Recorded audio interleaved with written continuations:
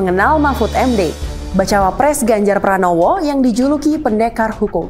Siapa sih yang nggak kenal dengan sosok Mahfud MD? Profil Mahfud MD tentu sudah tidak asing lagi bagi masyarakat Indonesia. Terlebih dengan posisi yang dijabatnya sekarang sebagai Menteri Koordinator Politik, Hukum, dan Keamanan alias Menko Polhukam dalam Kabinet Indonesia Maju periode 2019-2024. Namanya kini tengah menjadi pembicaraan seantero negeri. Usai diumumkan Megawati bakal mendampingi Ganjar Pranowo sebagai cawapres dalam Pilpres 2024 mendatang. Muhammad Mahfud Mahmudin atau yang lebih populer dengan panggilan Mahfud MD merupakan pria kelahiran Omben, Sampang, Madura, Jawa Timur pada 13 Mei 1957. Ia merupakan anak ketujuh dari pasangan Mahmudin dan Siti Khadijah. Nama MD yang melekat dengan sosok Mahfud sendiri diketahui berasal dari inisial sang ayah, Mahmudin. Nah, rupanya ada cerita unik nih dari kisah nama MD di belakang nama Mahfud MD. Ternyata, nama itu dilekatkan padanya. Dulu ketika bersekolah, ada beberapa anak juga yang namanya Mahfud. Agar tidak membingungkan, sang guru menyematkan nama sang ayah di belakang nama Mahfud, yakni Mahfud Mahmudin. Namun panggilan itu kemudian berubah menjadi Mahfud MD dan dipakai hingga sekarang. Orang selalu bertanya-tanya, Profesor Dr. Mahfud MD. Nah. MD dia MD itu medical gini. Enggak MD apa orang ini kan ke hukum tata negara bisa dan juga dulu disebut orang Minister of Defense. Nah. Kena dulu sana ya. Iya. Tapi begini, dulu di Madura itu daerah NU ya, dan nama orang tuh bahasa Arab semua yang orang-orang asli Madura. Maka saya dinamakan Muhammad Mahfud. Dan ternyata yang nama Muhammad Mahfud tuh banyak. Sehingga pada suatu saat saya masuk sekolah di pendidikan guru agama itu Mahfudnya 3. Oh, ada 3 orang. Udah 3. Terus ditanya, kata guru, nggak enak nih kok nama Mahfud ngacung semua. Terus ditunjuk lah, kamu Mahfud A, saya ditunjuk B. Terus yang ini C gitu. Dipanggil Mahfud A ngacung, Mahfud B saya ngacung. Sesudah seminggu guru sendiri yang nggak enak, kok nggak enak ya katanya. Kok pakai ABC kayak becak-becak aja katanya, nomor becak gitu. Sudah orang tuamu siapa? Yang satu A, Mahfud Musyafa, saya Mahfud Mahmudin. Yang 3 Mahfud Hasan Basri gitu. Sesudah seminggu saya yang nggak enak. Kok namanya Mahfud Mahmudin ya kok kurang keren gitu ya. Ya usul ke guru, Pak, kok diganti aja. MD Mahmudin tuh ganti MD gitu. Oh ya sudah. Keren loh Pak, catchy loh. Iya makanya MD gitu. Nah ternyata itu dipakai semula untuk keperluan presensi sehari-hari, tapi kemudian ketika lulus lupa kalau itu tambahan sehingga ditulis di ijazah. Ijazah tahun 70-an itu awal nggak bisa diganti, itu sudah dikeluarkan dari Jakarta gitu. Sehingga lalu saya diminta buat surat keterangan dari notaris bahwa Mahfud MD yang berijazah ini adalah Mahfud yang berijazah SD sekian yang tidak ada MD-nya gitu aja. Terus ke atas sampai sekarang. Jadi sampai sekarang udah soal ganti-ganti nama ya. Mahfud MD memiliki seorang istri bernama Zaizatun Nihayati yang merupakan teman kuliahnya semasa menempuh pendidikan di Universitas Islam Indonesia, Yogyakarta.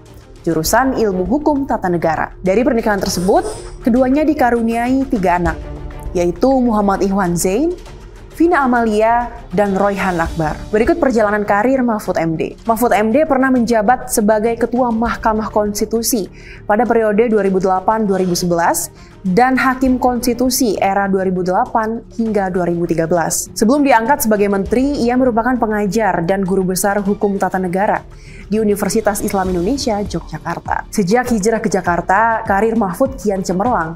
Ia tak hanya memiliki rekam jejak yang bagus di bidang akademik, tetapi juga berhasil masuk ke jajaran birokrasi eksekutif pusat di antara tahun 1999 hingga 2000. Awalnya, ia didaulat menjadi pelaksana tugas staf ahli Menteri Negara Urusan HAM Eselon 1B. Kemudian di tahun 2000, Mahfud diangkat dengan jabatan Eselon 1A sebagai Deputi Menteri Negara Urusan HAM. Tugasnya seputar bidang produk legislasi urusan HAM. Di era pemerintahan Presiden Abdurrahman Wahid atau Gus Dur, karir Mahfud MD terus menanjak. Di era 2000 sampai 2001, mantan aktivis Himpunan Mahasiswa Islam ini didaulat menjadi Menteri Pertahanan pada Kabinet Persatuan Nasional. Sebelumnya, ia sempat menolak jabatan Jaksa Agung oleh Gus Dur. Alasan penolakan tersebut tak lain karena dia merasa tak memiliki kemampuan teknis di posisi tersebut. Lalu pada 8 Februari 2001, Presiden Gus Dur memberhentikan Yusril Iza Mahendra yang saat itu menjabat sebagai Menteri Kehakiman dan HAM. Posisi yang kosong itu kemudian juga diamanahkan ke Mahfud MD. Dalam sebuah kesempatan, Mahfud MD menyebut 2 jabatan yang diembannya bersama itu pun cukup berat. Perjalanan karir Mahfud MD juga tak bisa dilepaskan dari bidang politik.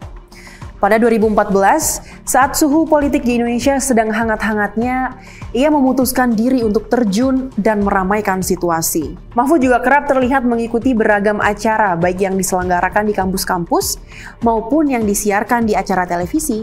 Tak ayal, pandangan publik terhadap Mahfud pun semakin menguat. Visinya tentang penegakan hukum di Indonesia ditunjang oleh rekam jejaknya yang baik sejak mengabdi sebagai Ketua Hakim Konstitusi.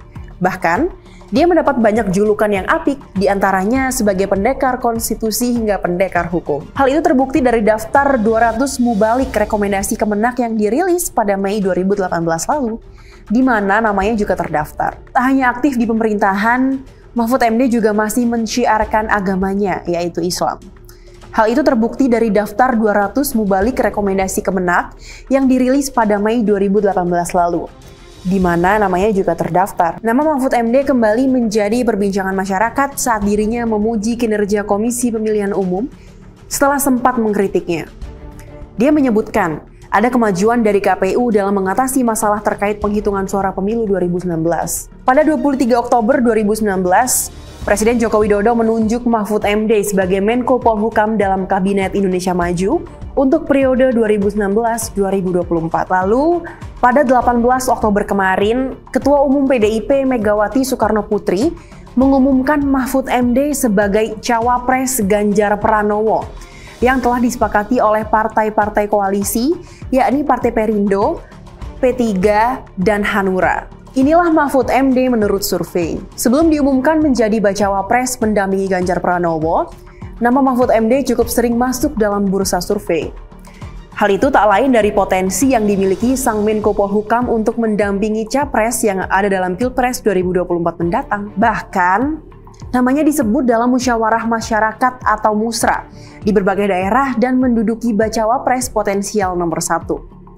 Elektabilitasnya pun kian meningkat seiring dengan pendaftaran Pilpres 2024, terutama yang disandingkan dengan sosok Baca Pres Ganjar Pranowo. Menurut lembaga survei Indonesia misalnya, dalam survei yang dilakukan sepanjang 1 sampai 8 Juli 2023, nama Mahfud MD melejit di posisi ketiga dengan perolehan 9,9%. Sementara hasil survei Litbang Kompas periode 27 Juli sampai 7 Agustus mencatat, Mahfud MD memperoleh kepopuleran hingga 33,9%. Hanya selisih tipis dari Erick Thohir dan Ridwan Kamil yang masing-masing memperoleh hasil survei 34,8%. Sementara dalam survei indikator politik dan poll tracking Indonesia, namanya memang tidak berada di puncak, tetapi dia masih bisa masuk dalam radar mengalahkan nama Puan Maharani hingga Andika Perkasa. Keunggulan Mahfud MD dikenal cukup vokal dalam mengkritisi masalah hukum di Indonesia. Namun, secara keseluruhan sosoknya tak hanya dikenal sebagai praktisi hukum, tapi juga dari sisi intelektual, kapasitas sosial, hingga kapasitas organisasionalnya unggul dibandingkan tokoh-tokoh lain. Sebagai seorang intelektual, Mahfud MD mengantongi gelar guru besar di alma maternya. Dia telah memberikan kapasitasnya sebagai cendekiawan yang punya pemikiran yang cerdas dan visi kenegaraan yang mumpuni. Sementara dari sisi kapasitas sosial, Mahfud MD dinilai mampu merangkul berbagai kalangan masyarakat, baik sebagai seorang yang memegang jabatan pemerintahan, politisi maupun cendekiawan dan tokoh masyarakat. Yang tak kalah penting, integritas Mahfud MD dalam penegakan hukum di Indonesia yang paling disorot. Dia terbukti secara konsisten bersuara demi hukum di Indonesia. Tak heran jika dia dijuluki pendekar hukum. Sebagai pengingat, Mahfud MD juga dianggap cukup vokal dalam pemberantasan korupsi dan penegakan hukum dalam upaya menjaga Komisi Pemberantasan Korupsi dari upaya pelemahannya. Peneliti dari Indonesia Corruption Watch, Donald Faris, memberikan contoh dukungan Mahfud MD terhadap pemberantasan korupsi, yakni saat membuka rekaman kriminalisasi terhadap Komisioner KPK, Bibi Chandra, dalam sidang MK pada tahun 2009 silam. Terbaru, Mahfud MD dengan berani membuka kasus besar TPPU di Kementerian Keuangan hingga pembunuhan berencana yang melibatkan mantan Kadif Propam Polri Verdi Sambo. Nah, gimana menurut kalian tentang Bapak Mahfud MD? Jangan lupa tulis di kolom komentar ya.